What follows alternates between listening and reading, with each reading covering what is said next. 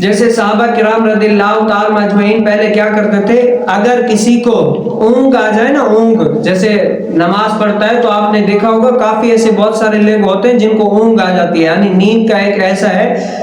نماز پڑھتے پڑھتے سونے کی یعنی ایک حالت بن جاتی ہے، یعنی سونے کی طرح ہوتا ہے۔ تو نبی کریم صلی اللہ علیہ وسلم نے اس کے متعلق کیا فرمایا؟ حضرت ام المؤمنین حضرت عائشہ صدیقہ رضی اللہ تعالی عنہا روایت کرتی ہیں کہ نبی کریم صلی اللہ علیہ وسلم نے فرمایا جب نماز کی حالت میں کوئی اونگے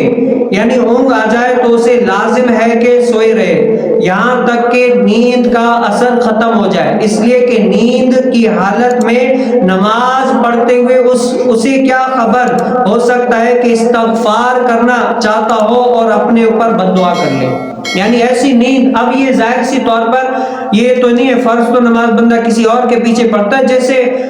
کوئی نفل پڑھتا ہے یا کوئی تہجد پڑھتا ہے یا کوئی اور عبادت جیسے اگر کوئی پڑھتا ہے، نیند کا غلبہ ہے تو بہتر چیز یہ ہے کہ بندہ کیا ہے اپنی پہلے نیند پوری کر لے بعد میں نماز پڑھ لے۔ اب اس کی ریزن کیا ہے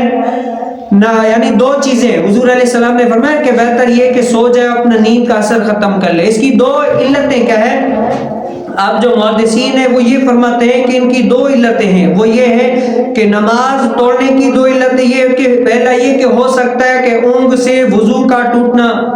یعنی خدشہ ہو کہ بھائی جب یعنی نماز پڑھ رہا اور اس کو نیند بھی غلبے سے آ رہی ہو، اب اس کو پتہ ہی نہیں ہے کہ کوئی ایسی چیز پائی گئی ناقص وضو، اب کیونکہ نیند کا اثر ہو ادھر مگن ہے اور نیند کا بھی اثر ہے تو کیا پتا کوئی ایسی چیز جو نواقص وضو میں سے وہ پائی گئی، اس کا وضو ہی نہ ہو اور یہ ایسے ہی نماز پڑھتا رہے۔ دوسرا یہ فرمایا کہ اس حالت میں نماز کو، اب نماز پڑھتا ہے نا بندے کی یہ کوشش ہوتی ہے کہ اچھے سے اچھے طریقے سے نماز پڑھے تاکہ مجھے اجر و ثواب ملے اور نماز میں خشوع و خضوع بھی برقرار رہے، لیکن وہ نیند کی حالت میں اگر وہ نماز خشوع و خضوع کے بجائے ایسے جان چھڑانے کے اعتبار سے پڑھے گا، کیا پتا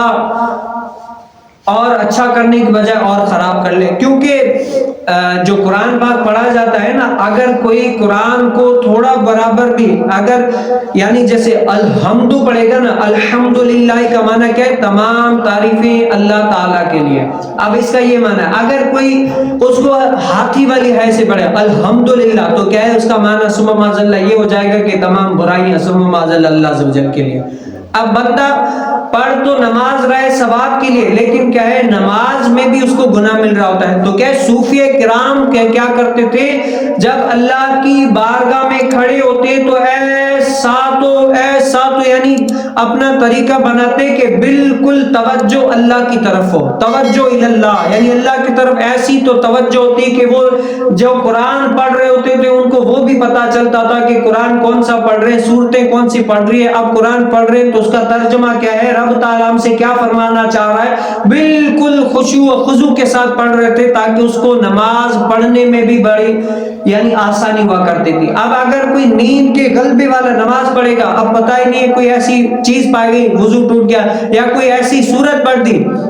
جو تھی تو جو پڑھی ہے اس کے علاوہ تھی، اب کیا ہے کیا پتا وہ ثواب کے لیے پڑھ رہا ہو لیکن کیا ہے اس پر اس کو